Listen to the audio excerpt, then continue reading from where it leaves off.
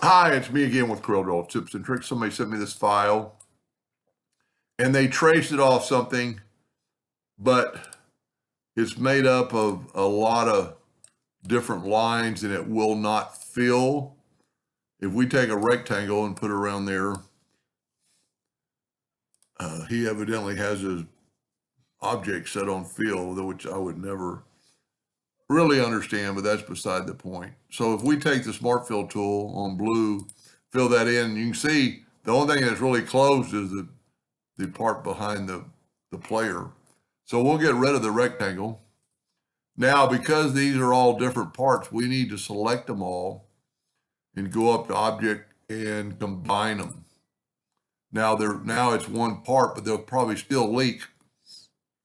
So what we need to do is take the Shape tool and select them all and go up to Windows, Dockers, and Join Curves. I've got mine set on, even like 0.1 would work.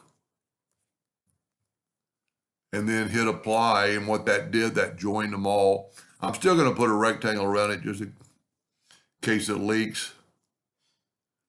And we're going to take the Smart Fill tool and fill that in, and you see it worked. So it fixed all the leaks.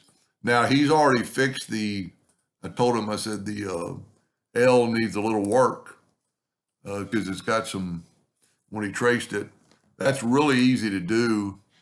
If we like take away that node, and then let's take away that node, and then let's take away all the nodes in between that we do not need. And we're going to select those two nodes. Well, I'll tell you what, I'm going to delete that node. And then I'm going to select these two nodes, and I'm going to go up here to align, and I'm going to align them vertically. And what that did, it made it even. You can also just take this and right click and turn it into it. Well, it's already a curve. So let's just align those. So we'll go up here and align these vertically. And that got them straight. Just look around. I think he's already done it. But that would really bother me if every time I made an object, it filled it in. So the way to get around that would hit F11 on your keyboard.